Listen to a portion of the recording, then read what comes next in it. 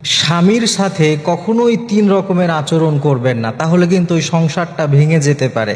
বিশেষ করে স্বামীদের যেই আর্থিক যেই উপার্জন, এই উপার্জন নিয়ে কখনো কটু কথা বলবেন। অনেক স্ত্রীরা আছে যারা তাদের স্বামীর উপার্জন নিয়ে কটু কথা বলে, তাচ্ছিল্য করে, বিদ্রূপ করে। তারা বলে যে তুমি যা ইনকাম করে এটা দিয়ে কি চলে? একজন পুরুষ মানুষ এতটুকু ইনকাম করলে হয়, অমুকে তো কত কত টাকা ইনকাম করে। এইভাবে যদি কোনো স্ত্রী তার স্বামীর ইনকাম নিয়ে, তার স্বামীর কাজ নিয়ে খোঁটা দেয়, ছোট করে দেখে, বিদ্রূপ করে, ওই স্বামীর ভেতর থেকে কিন্তু ওই স্ত্রীর প্রতি ভালোবাসাটা দিন দিন কমে যায়। এজন্য যদি সংসারে আপনি সুখ চান, শান্তি চান, অবশ্যই স্বামীর কাজগুলোকে, সেটা যতই ছোট হোক, যতই নিম্নমানের হোক, আপনি তাকে অ্যাপ্রিসিয়েট করবেন।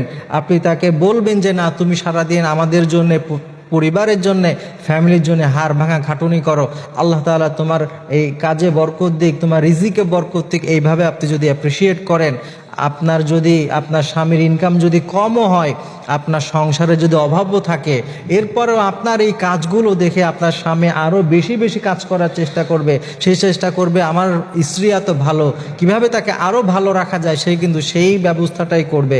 এজন্য কখনোই স্বামীর ইনকামে কখনো খোঁটা দিবেন না। ২ নম্বর আরেকটি কাজ কখনো করবেন না, সেটা হচ্ছে স্বামীদের কথায় কথায় উত্তর দিবেন না। যে সমস্ত স্ত্রীরা তার স্বামীর কথার প্রত্যেকটা কথায় উত্তর দেয় বা হাঁটতে চলতে কটু কথা বলে, খোঁটা দেয়, ওই স্ত্রীর প্রতি দিন দিন ওই স্বামীর হৃদয় থেকে ভালোবাসা উঠে যেতে থাকে। ওই স্বামী আর ওই স্ত্রীকে ভালোবাসে না, কিংবা হৃদয়ের ভেতর থেকে যে সম্মানবোধ, যে মর্যাদা, স্নেহ, ওইটা কিন্তু দিন দিন উঠে যায়। এজন্য যদি কোনো স্ত্রী চায় তার স্বামীর ভেতরে মহব্বত থাকুক, তারা মিলেমিশে সংসার করুক সুন্দরভাবে, তাহলে অবশ্যই এই ব্যাপার খেয়াল রাখবেন।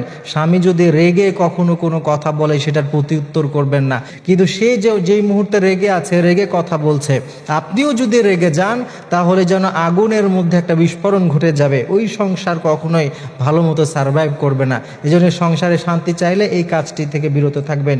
৩ নম্বরে আরেকটি কাজ কখনো করবে না, সেটি হচ্ছে স্বামীর সাথে অন্য কাউকে কখনো তুলনা করবেন না।